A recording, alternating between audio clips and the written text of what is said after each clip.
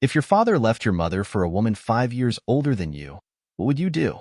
I chose to stand by my mother. I despised this woman, viewing her as a gold digger, a parasite. They had no children, but they did have a golden retriever that brought my father immense joy. He frequently updated his social media with pictures of them walking the dog, bathing the dog tripping over itself, or sneaking food. I envied them. I loved dogs, but my mother was allergic, so we never had one. On weekends, when I visited, I would take the chance to pet the dog, and it made me happy. But whenever she appeared, the dog would ignore me, tail wagging, following her everywhere. My father trailed behind her like a shadow. She always cooked delicious meals: roast chicken, beef stew, homemade dumplings.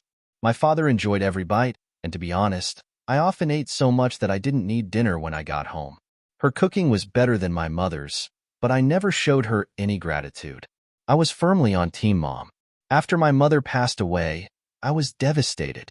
My father often visited with meals she had prepared and brought the golden retriever to keep me company.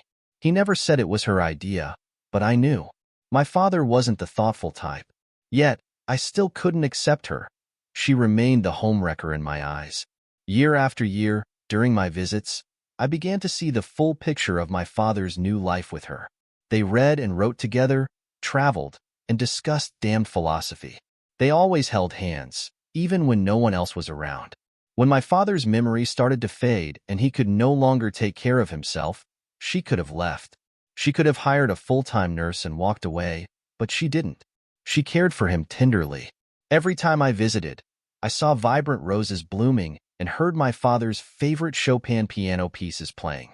One day, I saw her kiss my father's forehead while he slept, then quietly wipe away tears. That moment struck me, revealing a truth I had long buried. My parents never had such tender moments. My mother was always rushing around with housework, urging my father to quit wasting time on games and useless philosophy and to make more money. I often saw my father hide in the car to smoke alone after coming home from work. Though it was difficult to accept, I realized that this woman's personality and charm suited my father far better than my mother's ever did. I felt guilty towards my mother, but I couldn't deny it. This was love.